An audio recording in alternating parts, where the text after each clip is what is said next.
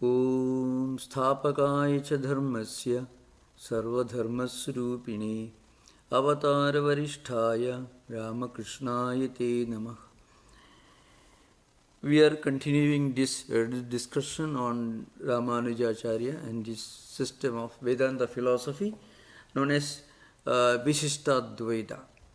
So, as I mentioned during one of the previous sessions, Ramanuja himself did not coin this expression Vishishtadvaita. In answer to one of the listeners' questions, I made it clear in the previous session that Ramanuja is not the one who started calling his system Vishishtadvaita. It is actually Vishishtadvaita Chit Achit Vishishta. Maybe Guna Vishishta, because Chit and Achit. Chit means the living beings, and Achit, the empirical world and different objects called Jagat.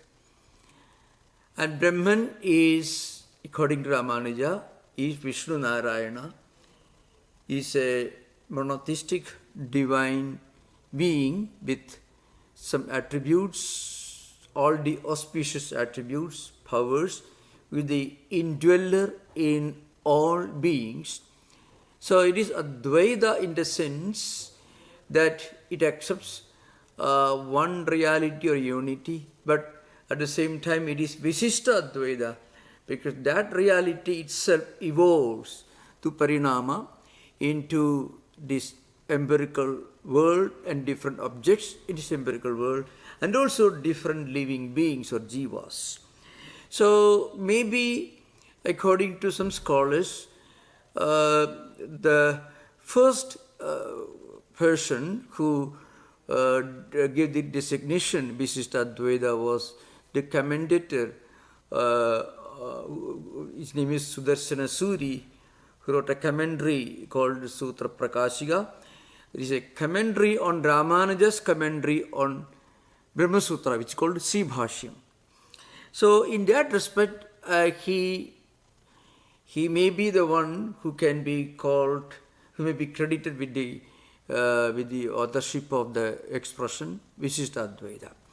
But we have to remember, it may be, there's a misunderstanding among some scholars, maybe misrepresentation, so to speak, that Advaita is also Vishishtadvaita. It is Maya Vishishtadvaita. This is a totally wrong misconception, because Advaita is not Vishishta, it is not conditioned, it is not qualified by Maya, because Maya is not a category in Advaita Vedanta. Maya is only an explanation of the mystery of the perfect, permanent, absolute reality Brahman appearing to have become this world. So how do you explain this mysterious phenomenon of our mistaking a rope for a snake, or the absolute reality being perceived in the form of this empirical pluralistic world? So that mystery is being explained away by using this technique of Maya. I made it clear in innumerable sessions in the previous section. So just I wanted to make this clear, because Vishishtadvaita can be called Vishishtadvaita with all justification, because it is Advaita conditioned or qualified by Chit and Achit, which are Guna. So we could call it Guna Vishishtadvaita, we can say. Guna. So conditioned by Gunas. It is just by way of recuperating, repeating some of the things that I made clear at the beginning. Now coming back to the subject. Now I mentioned this earlier, that in Ramanuja's system, Brahman is the absolute reality, and that Brahman is the source of evolution. It evolves and it becomes, it really becomes, that's an important thing, not that it appears to have become, it really becomes, through evolution, through change, real change, it becomes this world. Like, for example, the seed, oil seeds become the seed, the oil. From oil, seed, from seeds you get oil. In fact, the oil cannot go back to the seed form, because the seed has really become, the change is real, it has become oil. On the other hand, if you go to Advaita, the metaphor will be different. Say, for example, clay has become a clay pot.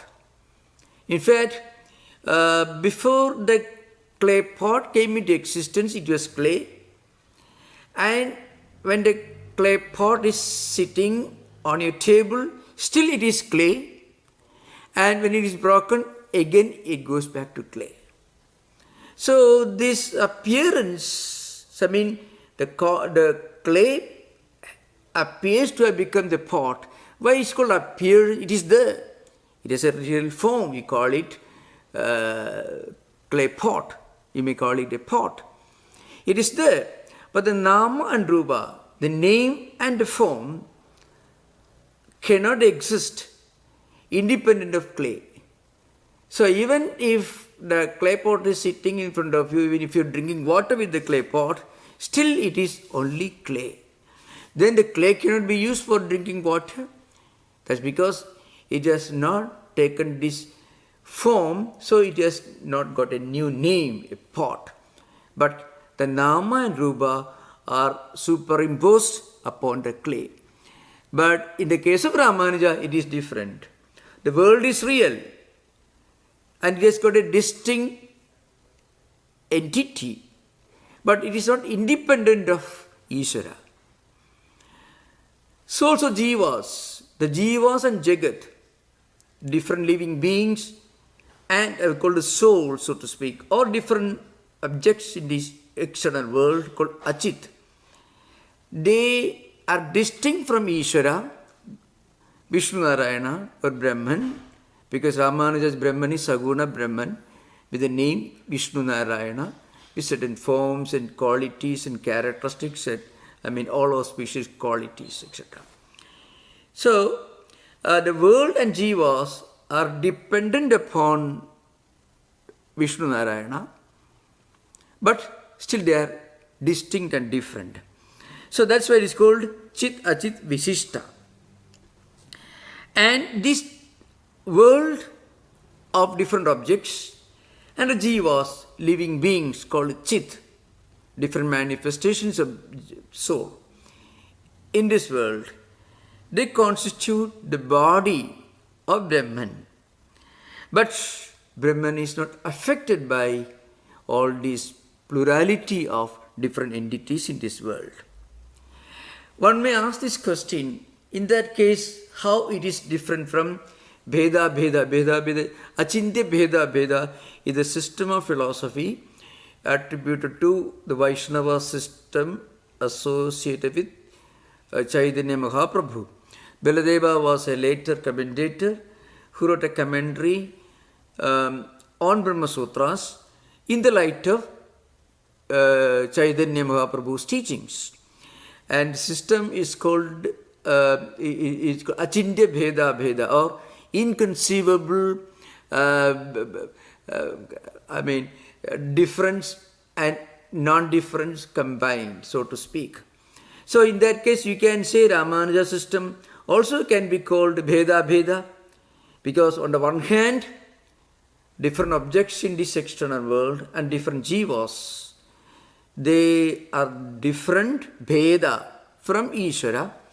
At the same time, they are not independent, because Brahman or Ishvara is the only independent entity. Chit and Achit, jivas and external world, are not independent.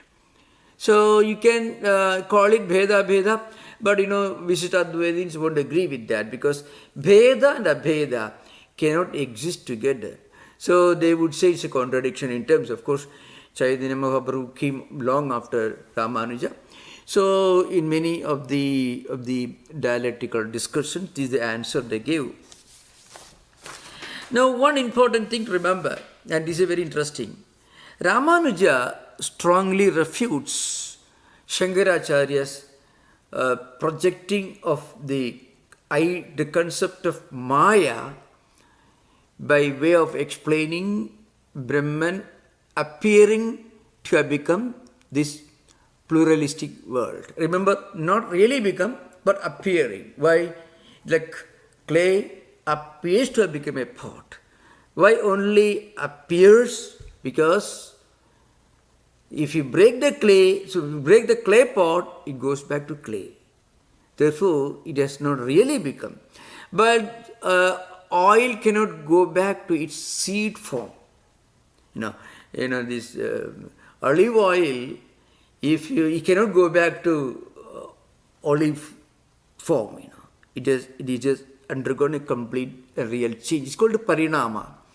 So both Advaitins and Vishishtadvaitins accept one important theory of causation or change in Vedantic tradition called Satkaryavada, which in short, which essentially says that the effect pre-exists in cause.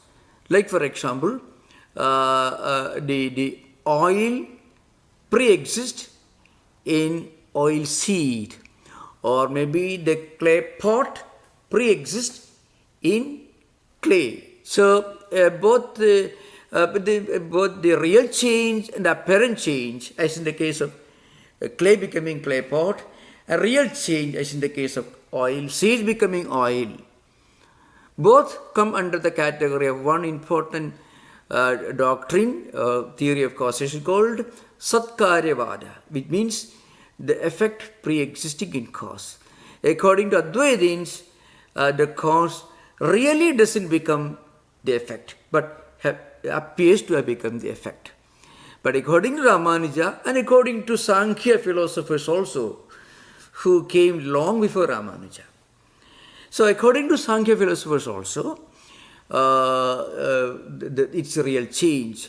The absolute reality, the prakriti, the matter, have really become this external world. Mahattatva, Ahankara, and the Tanmatras and Panchamahabhutas and other things. So this is an important thing to remember. So Ramanuja doesn't agree with the Advaitin's view of Maya. Why? Because he says Brahman or Ishvara has become this world and the jivas. Real change called parinama.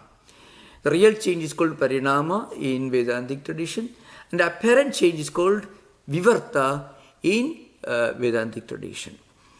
In parinama or real change, both have got equal status from an ontological point of view, because the oil seed is as real and distinct from oil. They both have the same entity, both can exist independent of each other. But at the same time, the clay pot cannot exist independent of clay. You take all the clay from a clay pot, there will be no pot left. You take all the gold from a golden ring or golden necklace, there will be no necklace or ring left. So they don't have independent existence. They are mutually, only one thing can exist. One appearing to have become all these different pluralistic entities. This is an important, which means Ramanuja refuses to accept the concept of Paramarthika, Vyavaharika, Pradibhasika, Asat. These four perspectives in Vedanta. I shall try to explain. This is very interesting. From a philosophical point of view, it's very interesting. According to Vedanta, Paramarthika, the absolute reality, is one permanent reality, which is devoid of any kind of change. It doesn't come into existence because it's always there. It doesn't cease to exist because it will always be there.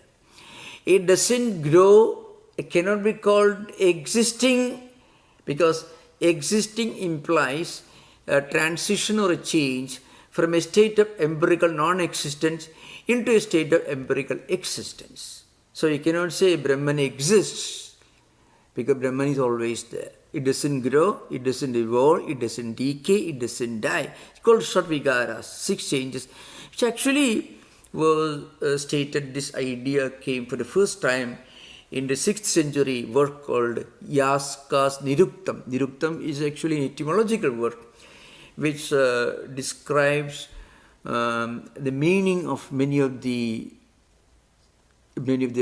expressions and words used in Rigveda Samhita. It's a very small book, relatively speaking, compared to the size of Rigveda Samhita. For example, Yaska will take up one word, Vaishwanara Kasmat, Deva Kasmat, like that, Indra Kasmat. Why the particular word Indra is called Indra? Why Vaishwanara is called Vaishwanara? Why Deva is called Deva? So he gives different meaning. Devodhanadva, Dyodhanava, Deepanava, Dusthanava, Bhavadidi. 4 different possible explanations as to the etymological meaning of Deva Shabda. Like that, Yaska's Nirukta. It's a relatively small book. It's not a huge work or anything. The first attempt by human mind to write something like a dictionary or a thesaurus, historically speaking, going back to 6th century BC, Yaska's Nirukta. So, and it is the Yaska who first posits the idea that the absolute reality should remain without any change, because Shat Vikara Atita, beyond 6 changes. And according to Advaitins, Brahman is beyond all the 6 changes. But Ramanuja's Vishnu Narayana evolves and becomes this world, and also becomes different jivas. So the Paramarthika Satta as defined by Shankaracharya is not acceptable. Vyavaharika Satta, Pradibhasika Satta differentiation that you find in Advaita is also not acceptable for Ramanuja. Vyavaharika Satta means common sense experience, something that exists, that we take for something real in practical world. I mean, the world, everything that we live, Vyavahar means from a common sense point of view, it is real. But it is not absolutely real because it changes. The utility changes, its shape and size and form and everything will change. So it is not Paramarthika. It is not absolutely real, but it is only Vyavakarika. It is empirical reality. The Pradibhasika, conceptual reality. For example, when you superimpose a snake on a rope, the snake idea is only in your mind. It is not absolutely unreal because the snake exists in the forest or the zoo. You have seen the snake and the memory is still fresh in your mind. You superimpose that snakeness, so to speak, the snake idea, on a piece of rope which somehow resembles the snake in its form and shape. So, Smriti Rupa Adhyasa means you superimpose upon it. That also Ramanuja will not accept. I mean, that differentiation accept. And also Asat, which according to something which cannot even be conceived of as existing. For example, Gandharva Nagara, a city, a child may have the wrong notion that when he looks at the sky in the evening, walking in the evening, when the sun is setting in the west, brilliant sunlight, he may think, we look at the clouds, which golden color, he may think there is a city, there is a shop, there are many shops and streets in the city, in the sky, which may be just an illusion, so to speak, which child may believe, but it is totally unrealistic. It cannot even be conceived of. Even the very idea itself is mutually contradictory. If it is Gandharva Nagara, if it is a city, then it cannot be in the sky. If it is in the sky, it cannot be a city, like that. Vandhyaputra, like means the son of a barren woman, both cannot be real. So the very expression contradicts its plausible reality. So that is the Vedantic view, Advaitic view. Ramanuja doesn't bother about that.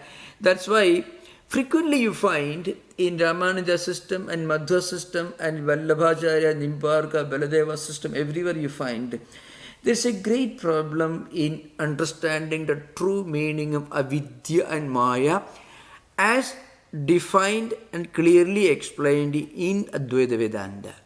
So Ramanuja, there is a well-known book called Sapta Anupapattivada, means 7 untenables according to Ramanuja system, 7 types of objections that the Vishishtadvaitins raised against Advaita, mostly centering around the misconceptions of the idea of the concept of avidya, maya or mithyatvam as understood in Vedanta. For example, Ramanuja says, Sadasatta anadhikarnatva mithyatvam.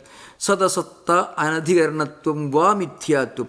It's a definition of mithyatvam in Panchapadika, Padmapada's Panchapadika. And also you find in Panchapadika, Vivarana Prakashatmayadi also goes on explaining something which is the basis of, or the support of both real and unreal, both. Such a thing cannot exist. But still we feel that. So something that we eventually realize to be unreal, but forced to admit to be real before we understand the true fact, before we realize that Brahman is only absolute reality, we can't but help. We can't help being under the delusion that this world is actually real. Conceptually, as an intellectual idea, we may understand the unreality of the world. But still there will be nagging doubt unless we actually practice spiritual disciplines and experience that Brahman is only reality. So, but still we know that it is going to be really unreal. So that's the idea behind. So, just I wanted to mention, and there is also a reason for it. For example, in Ramanuja system and Madhva system, especially in the writings of post-Ramanuja writings and also even Madhva system itself, Madhvacharya says, Nacha sunyavadinaha sakashat vailakshanyam mayavadinaha. So, mayavadinaha, sunyavadinaha sakashat na vailakshanyam. So Madhvacharya says, this he comes in the well-known book called Tattvodyoda. It is a well-known book of course written by Madhvacharya himself. So he, for example, says, I mean the effect of not being able to understand the true meaning of avidya and maya. Shankaracharya just used the word maya to explain the mystery of something that we experience for all practical purposes. But eventually we realize it is actually unreal when we realize the absolute reality. Till we realize the absolute reality, we may think this name and form, etc. may be real. To give an example, let us say a normal person who doesn't keep in mind the fact that all the different ornaments are made of the same gold, may imagine that a necklace is different from a ring. A ring is different from some other golden ornament. He may think because the shape is different, different name, maybe price also will be different, utility, vyavahara, in the utility level also things may be different. But a goldsmith will understand that everything, all these are made of gold. Goldsmith is somebody like a Brahmajnani, a knower of Brahman. He will not wrongly assume that a golden ring is totally different from a golden necklace. But somebody going to a jewelry shop may imagine for some time these things are different. Because these different ornaments are worn or used for in a different way. But the goldsmith will not care for that. He values only the quality of gold, and same gold is used for manufacturing different golden ornaments. Brahmajnani is like a goldsmith or a jewelry seller, jewelry merchant who knows the value of everything and who knows that everything is made of the same gold. So I mentioned already, Ramanuja doesn't accept the Vivartavada of Advaitins, Ramanuja accepts the Parinamavada. In Ramanuja's system, we have to remember, and this is the first lesson we have to keep in mind.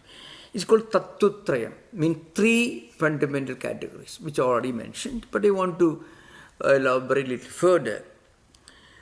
Three fundamental categories. One is Ishvara, and Ramanuja's idea of Ishvara, Saguna Brahman, Vishnu Narayana, and that is the supreme category.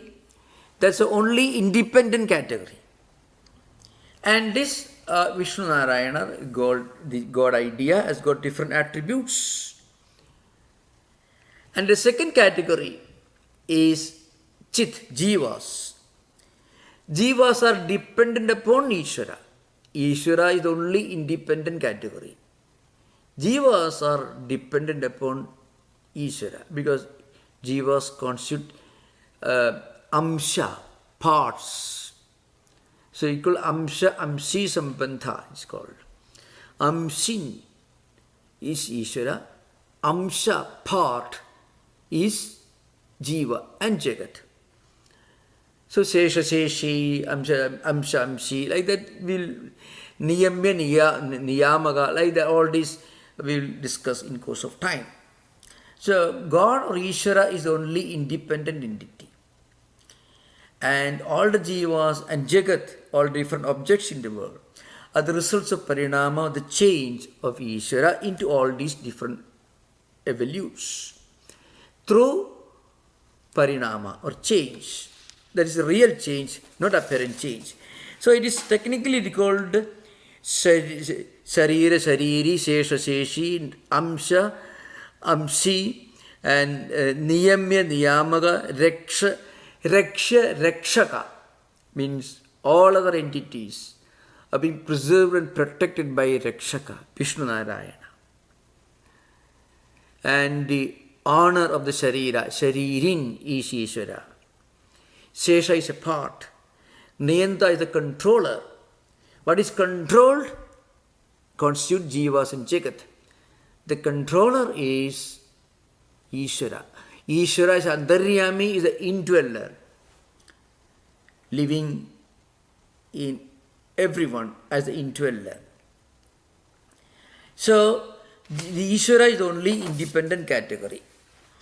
Now, there are just a few very important principles which Ramanuja wrote a number of books, as mentioned, almost 9 books he wrote, including one which is used for daily parayana, daily practices. Total 8 important philosophical books and one minor book which is frequently used for daily practices and rituals. So, as I mentioned, Ramanuja accepts both unity, oneness on the one hand, plurality, different jivas, different living souls, and also different objects in this external world, in the Jagat. So, in other words, Ramanuja accepts oneness, plurality, and also a combination of both oneness and also plurality, Bheda and Abheda. Why Bheda and Abheda? Because Ishvara is Antaryami. Ishvara is the source of evolution. Jivas and Jagat constitute evolutes, the result of evolution. So in that respect, we have to admit the reality of plurality. Because Shankaracharya gives certain fundamental definitions that we should keep in mind to understand Advaitin's view of the absolute reality and the relative Vyavaharika Satta. That which remains without a change in the past, present and future, that which remains our experience as the same in the Jagra, Swapna, Sushupti states, waking, dream and deep sleep states. That which remains without any change, like Jayade, Asti, Vardhade, Viparinamade, Abhakshyade, Vinashyadi, coming to existence, existing, growing, evolving, decaying and dying out. All the changes. Without any of these change, if something exists, that alone can be the absolute reality. And that, according to Shankaracharya, is Brahman. It is called Ajam, unborn. And therefore, it is Avyayam. It is without any change, eternal. That definition doesn't apply in Vishishtadvaita system. So Ramanuja system is more realistic. Shankaracharya system is also realistic. But realism in Shankara's system doesn't affect his definition of the absolute reality. But in Ramanuja's system, in order to accommodate realism, his absolute reality also becomes conditioned or qualified by plurality, Chit and Achit, Vishishtha, Chit, Achit, Vishishtadvaita. So in one context, well-known book, Vedartha Sangraha. It's a very famous book, Vedartha Sangraha. Later on, I will discuss some important topics from Ramanuja Sri Bhashya, Sudarsana Suris on commentary. Now we will come to smaller works of Ramanuja. It's called, one is Vedartha Sangraha. So in Vedartha Sangraha, Ramanuja beautifully explains this in a very simple language. He says, Sarva Sharirataya Sarva Prakara Brahma Eva Avasthidam Idi Abheda Samarthitaha. So Sarva Sharirataya Sarva Prakaram Brahma Eva Avasthidam Idi Abheda Samarthitaha. Means we accept, we believe in unity because Brahman alone exists. And all other things, like different jivas, different living objects, and also different non-living objects in this empirical world, they are all entities which are exist like the different modes, different aspects of Brahman. So Brahman is the one reality. Everything else is a mode of Brahman, is an aspect of Brahman. So that's why he Sarva Sharirataya Sarva Prakaram Brahmeva Avasthidam. Brahman alone exists as these innumerable entities in the external world, the mountains, ocean, rivers, Jagat, empirical world, and also different living beings, all human beings. In all human beings, there is Antaryami, Brahman. But again, in Advaita Vedanta, the plurality is a vision, a realization just before you reach the ultimate enlightenment. When you reach the ultimate enlightenment, you go beyond, you transcend the experience of plurality. That transcending doesn't exist, it doesn't happen in Ramanuja system. Ramanuja, that's why it is a blending of extreme realism with idealism, monistic idealism, blended with pluralistic realism. You can say monotheistic realism. In one way, that is also true. That's why he Sarva Sharirataya Sarva Prakaram Brahmaeva.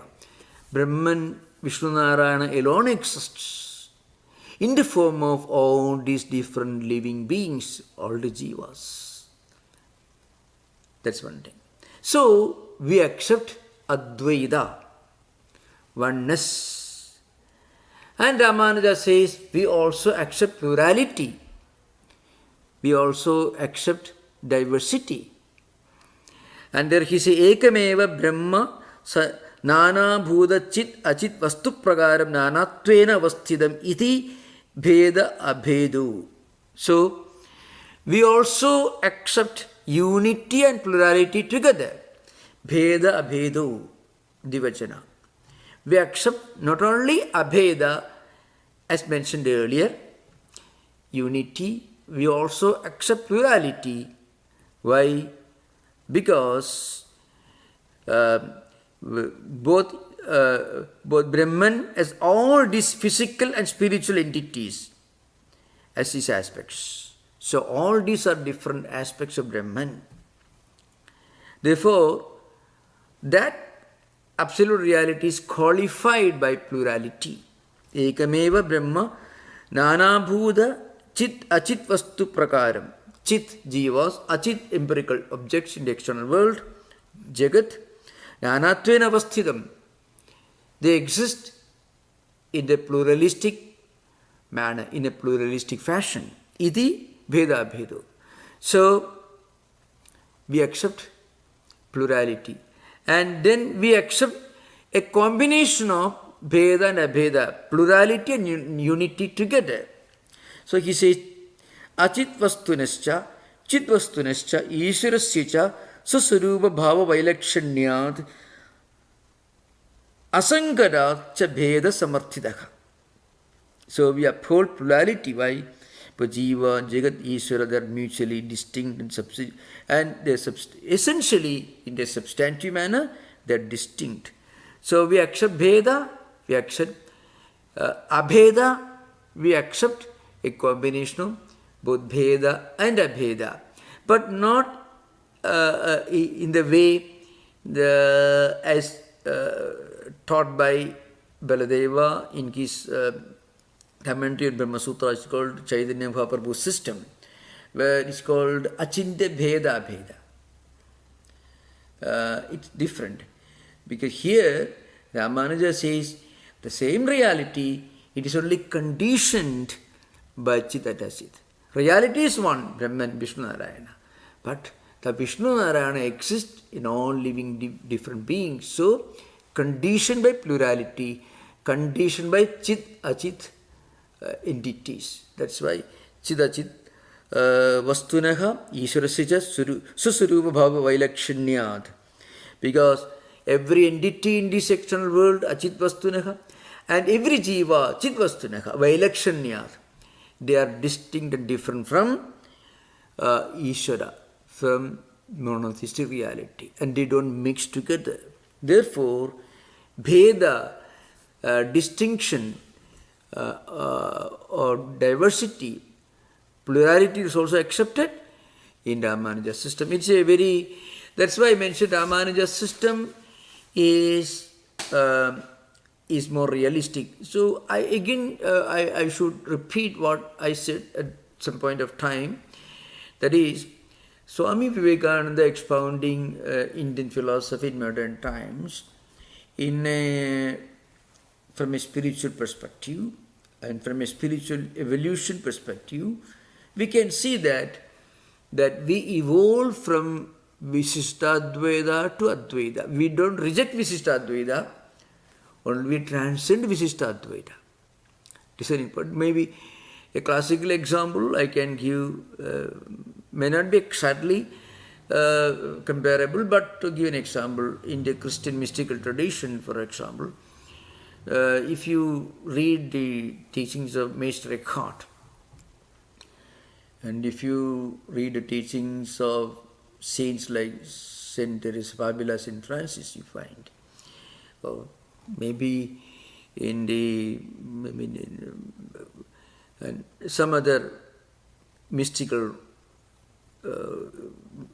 writers, when they communicate with the God in their contemplative manner, at some point they seem to have merged with the reality, but still they do not articulate that they've realized their unity and oneness with God. You can't expect that from St. Francis of Assisi, St. Teresa of Avila, or anyone. But only in Meister Eckhart you find a clear articulation of the idea that the absolute reality at the monistic level goes beyond any kind of attributes, definitions, explanations, or descriptions. So, Ramanuja system is a natural stage from where one will reach Advaita when you transcend without rejecting. That's why from a spiritual perspective, you don't say one system is wrong, the other alone is right.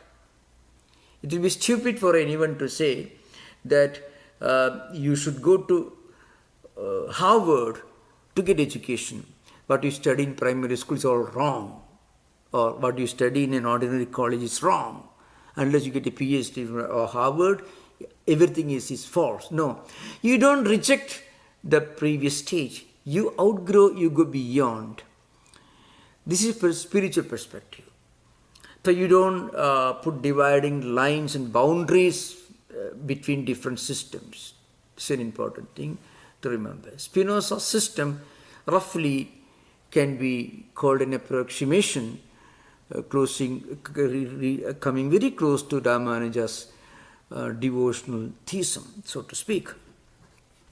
And another very important criticism that you frequently find, and this comes from a school of cutthroat Advaitins, who may not fully accommodate the real teaching, it's very comprehensive teaching of Shankaracharya, who accommodates the highest form of devotion into his system. I mentioned this earlier. Maicha ananya yogena bhaktihi avibhijarini vivikta desha sevittum anabhirjana samsadi. It comes in the 13th chapter of Bhagavad Gita, 10th or 11th verse. Here's a definition, a description of the pure, unwavering, single-minded devotion to God. It is called Abhibhijarani Bhakti, unwavering devotion. So in this commentary, Shankaracharya goes on describing this unwavering devotion. Na vyabhicharana shila, abhibhijarini, like that, nirmala, shuddha, and so on. Then he says, ananya yogena bhajanam bhaktihi.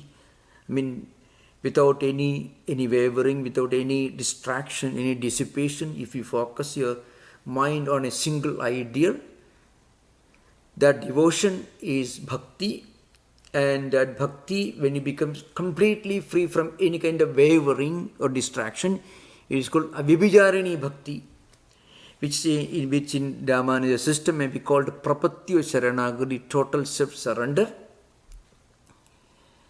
And then Shankaracharya, after explaining the pure devotion, he says sacha jnanam.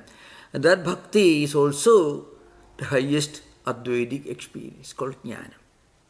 Now, those who don't take care to understand this, they will tell you that Ramanuja system is kind of slavery.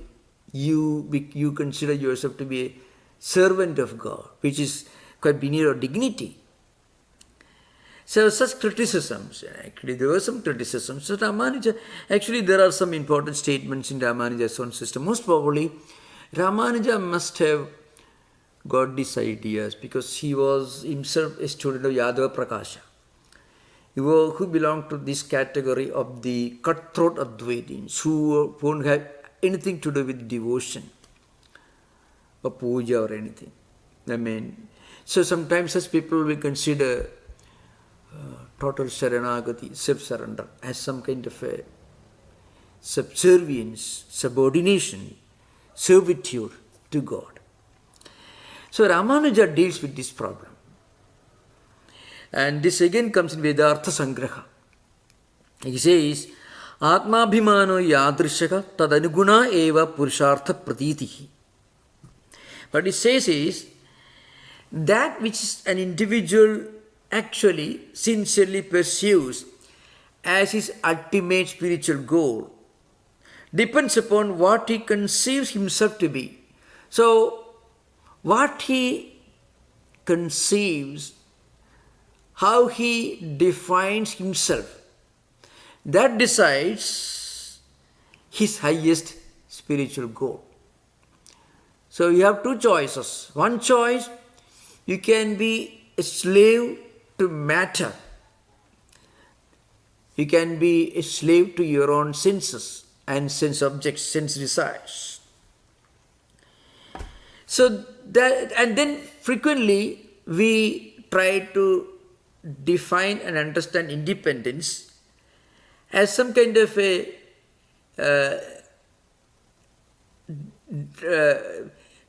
total dependence on material things, but we are not dependent upon God.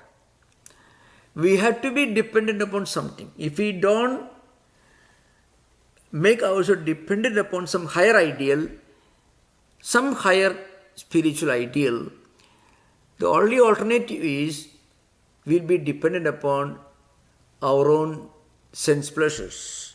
So the ideal that material independence is happiness is a wrong idea, because that is actually slavery. So when you actually make yourself dependent upon God, you become independent of the clutches of your own senses, your own mind, and the sense objects. So when a person conceives himself to be other than his senses, I am not dependent upon my mind and my senses and my sense pleasures. I am independent of them. How does this happen? When we become dependent upon some higher ideal. Atmabhimano yadrishaka tadirguna eva purushartha pratiti. So what is our own idea of Atmabhimana? Yadrishaka Atmabhimana tadrisha eva mittadguna eva.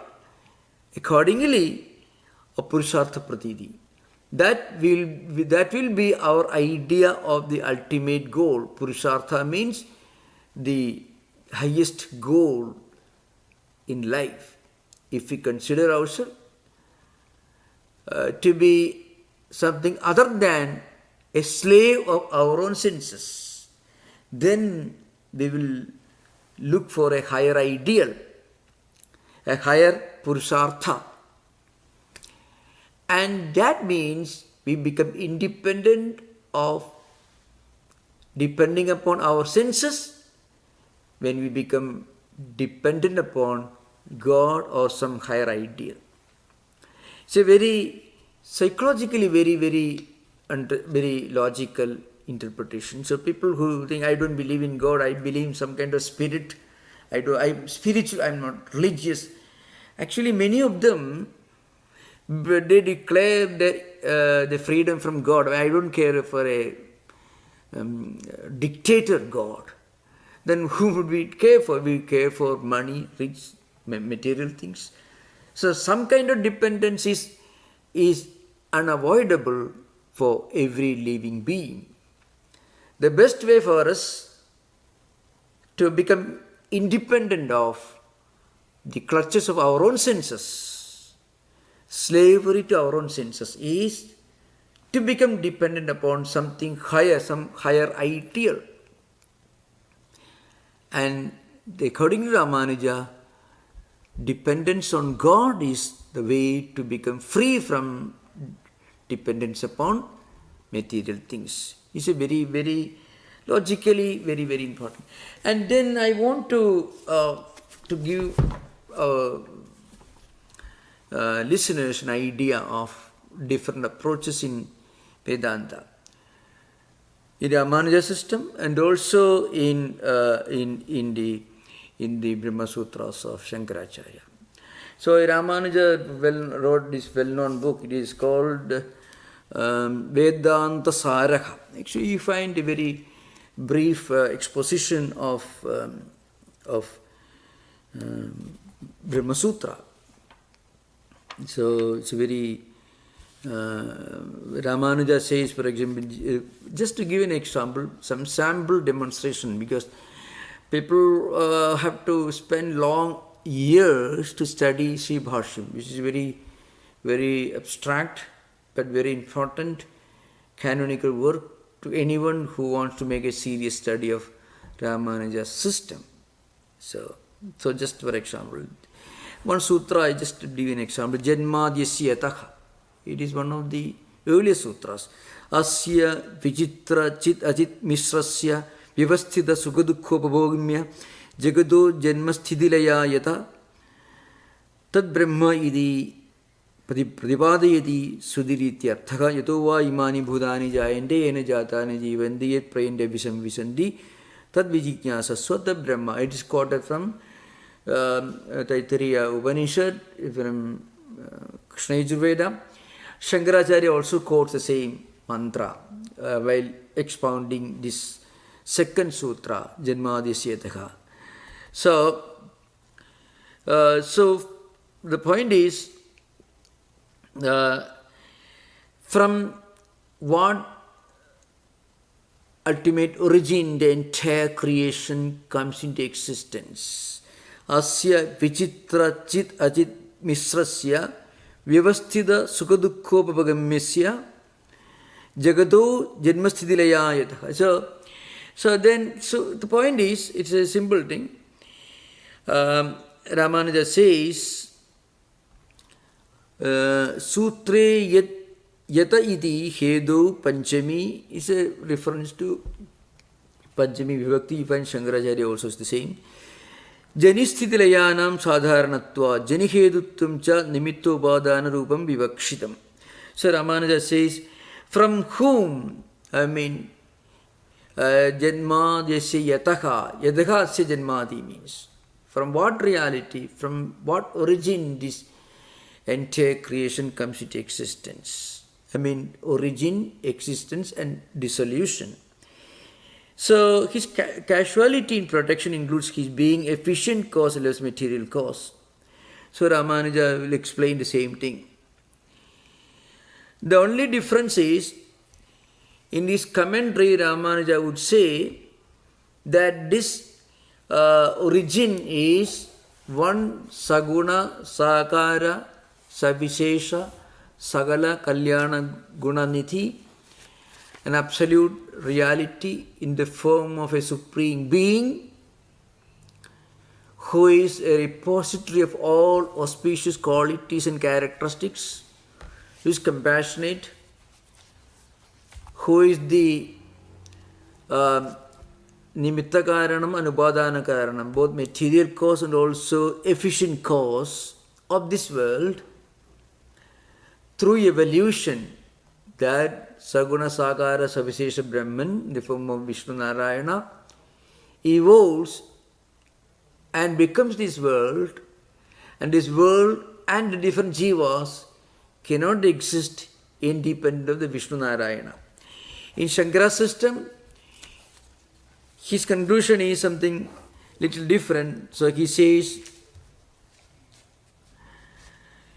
Kim punastad Vedanta vakyam sutrena iha lilashayidam bhruvai varunike varunam pitaram upasasara adhihi bhavo brahmeti dupakramya yato va imani bhutani jayande yena jatani jivandi prayanta visamvisandi. Shankaracharya also quotes this, what is called Varuni Vidya in Taittiriya Upanishad, where small little boy goes to his father. That little boy's name is Bhrigu, his father's name is Varuna, and he asks his father, teach him Brahma Vidya. Adhihi Bhagavo Brahma, please teach me Brahman. And the teacher, father, tells him, go and meditate.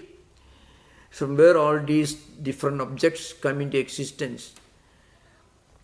All these different trees and mountains and valleys and panchapranas, mind and so on. Where do they come from? Where do they exist? To what they all get dissolved. And that is the origin. What is that origin? Ananda Devai Khalu Imani Bhudani Jayandi Anandena Jadani Jivandi Anandam Prayanta Visamvisanti, etc. Then Shankaracharya will say, Anyanapi evam Jadiya Vakyani Jadiyagani Vakyani Nitya Suddha Buddha Mukta Svabhava Sarvajna Surupa Karana Vishyani Udahartavyani. So it all tells you that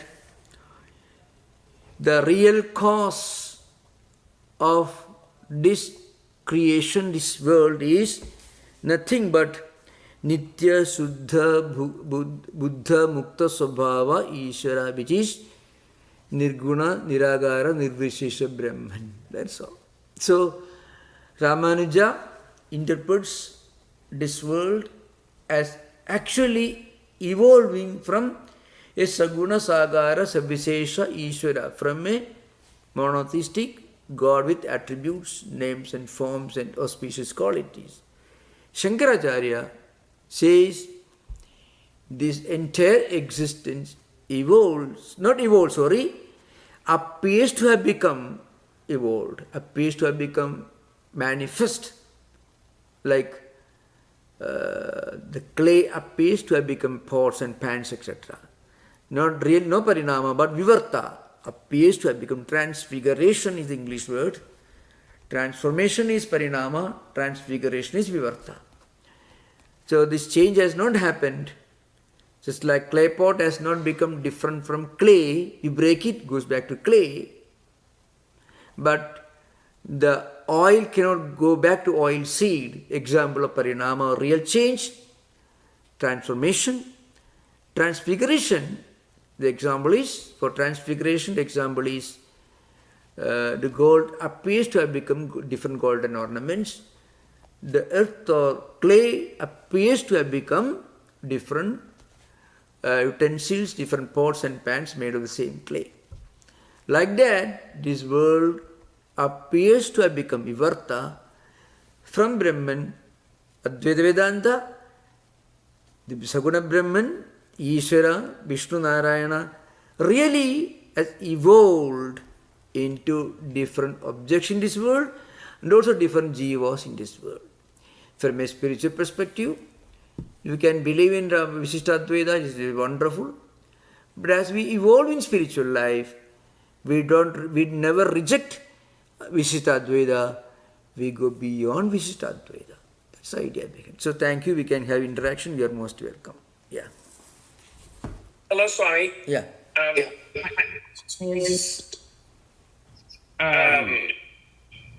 For Shankara, spiritual take Nirvikalpa Samadhi. For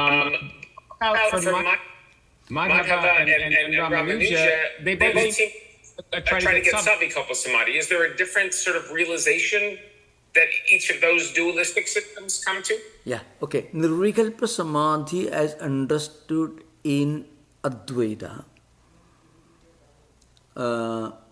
can be equated with Prapatti as understood in Ramanuja system. In Ramanuja system, the highest stage of enlightenment is Prapatti in its sadhya form. Prapatti or Sharanagati or self-surrender has two dimensions. One, the experience dimension, the ultimate goal. The other one, the spiritual discipline dimension, so to speak. So, Nirvikalpa Samadhi is fundamentally a concept in Advaita Vedanta. Ramanuja, because in Nirvikalpa Samadhi denotes you are losing your total identity and becoming one with the universal reality, Brahman. At that level of experience. This one may have even when you are living this world. But it's called Jivan Mukti. And when this body is gone, it becomes Videha Mukti. You are no more reborn, you are no more born again, and you become one with the Supreme Reality. In the Ramanuja system, it's more like Sri Ramakrishna says, you like an insect that falls into the honey pot, it cannot enjoy honey. But that's the ultimate purpose. Of course, an insect will die when it falls in a honey pot. So the comparison has its own problems. Every drishtanta has its own, every comparison, every metaphor has some limitations. So the point is, in the Ramanuja system, the highest reach is Prapatti or Sharanagati in its sadhya form, where you realize your total identification through self-surrender. So identification through self-surrender, different from identification as understood in Nirvikalpa Samadhi, where your individual identity gets dissolved in the universal reality. When in the Ramanuja system, you always remain distinct and different. So I mentioned this in the last class, Sayujyam is the highest goal in the Ramanuja system. Sayujyam is not total identity with Ishvara, God, but you reach the same realm where God is living, Salokyam, Samipyam, living close proximity with God, Sarupyam, having the same form, and Sayujyam. Sayujyam is the highest experience of closeness, identity with the absolute reality without losing your own individuality. If you lose your individuality, so Brahmavi Brahmaiva Bhavati, Brahmajnani knower of Brahman becomes one with Brahman itself. That is only in Advaita, not in Vishishtadvaita. So Ramanuja's system is the highest supreme school in devotional tradition, Sayujyam. So Sayujyam means you go beyond all this. So first stage is Salokyam, you are in Vishnu Lokas, Vishnu realm. Samipyam, a close proximity with Vishnu. And Sarupyam, you have the same form. And Sayujyam. Remember, there is one ideal, it's called Sashti in Bhagavata Purana, which actually denotes you become one with the supreme reality, except that you don't have the power to create this world, Srishti Siddhi Laya. Because Ishvara has the power to create this world, to sustain this world, and to this point of dissolution. But in Ramanuja system, you reach the highest supreme reality, but not total identity with the God. That's the idea behind. Total identity means Sashti, or Sashti doesn't happen. It's okay. In Ramanuja.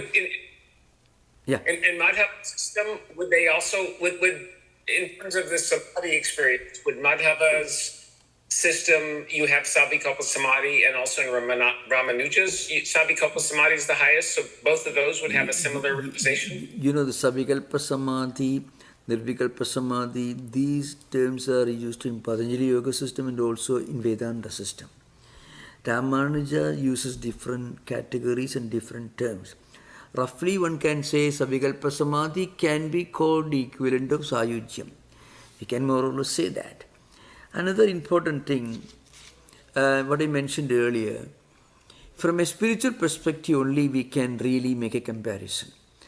Philosophically, we will never be able to reach any kind of reconciliation.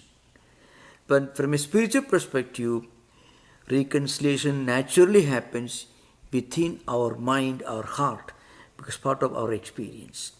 So I've often seen, interesting I would say, I've been teaching this for many years before coming out to the US. And I have seen this when you have some discussions, the person who puts all these questions, especially when I was teaching the training center where monks are being trained, many of these monks or would-be monks, novitiates, who take deep interest in these philosophical systems, gradually they stop asking these questions when they slowly become more focused on their meditation or japa, spiritual discipline, contemplation. At the beginning they want to show their smartness, so to speak. Why Ramanuja says, why not this, why not that? So if you patiently listen to them and explain to them, they won't be easily convinced of this. But as months go by, the more sincere among them, the more focused among them, who ask these questions, slowly start asking fewer and fewer questions. That's because as we start our journey, questions naturally get dissolved. It's important. From a dialectical, polemical, philosophical, metaphysical level to spiritual level. So that's why often when we discuss these, I often Give you an example. Many people who become extremely aggressive and assertive. No, Sri Ramakrishna said, Ramanuja said, Radha Shankara said, all that. If you listen closely to their arguments and words, especially the aggressive tone they use, it shows they are not going anywhere. They are just like standing in a bus stop. They're planning, where does this bus go? Where does the other? Where does the train go? They are not booked any. They are not booked any ticket. They are not going to go anywhere. They are standing, sitting on a bus stop or train station. They have no real plan to go anywhere. So you may sit in a railway station, a platform, watching different trains going to different destinations, or in an airport you may sit and see hundreds of flights going different places. Where do they go? What happens when they travel? We have not booked a ticket. We have not spent any money. We can do that.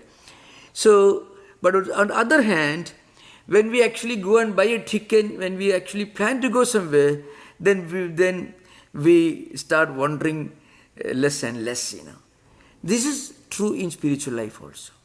But remember, discussions, even vigorous discussions, do have a great significance. Because we are connecting our mind into something sublime, something transcendental, something higher.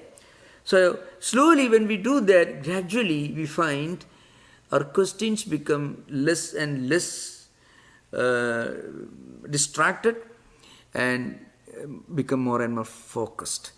This is natural evolution. Like that, we do not reject Vishishtadvaita, we go beyond Vishishtadvaita. And this going beyond doesn't happen at the dialectical level. It happens only at the level of our spiritual contemplation, meditation, internal life. When that happens, questions get self-destructed, self-destroyed, self-dissolved in themselves. Questions cease to be questions. They don't get an answer. They cease to be questions. There are no more questions. That's what happens. Okay, thank you. Thank you. In fact, I should thank Mr. David, because some of your questions really have helped me to explain many things which I would not have explained otherwise. So maybe people like you who ask these questions are a great blessing to any session, in fact. Thank you. Yeah, I can only answer the verbal level, but really a focused, serious interest in higher philosophy is one stage in our evolution, really speaking. It's an important stage in our evolution.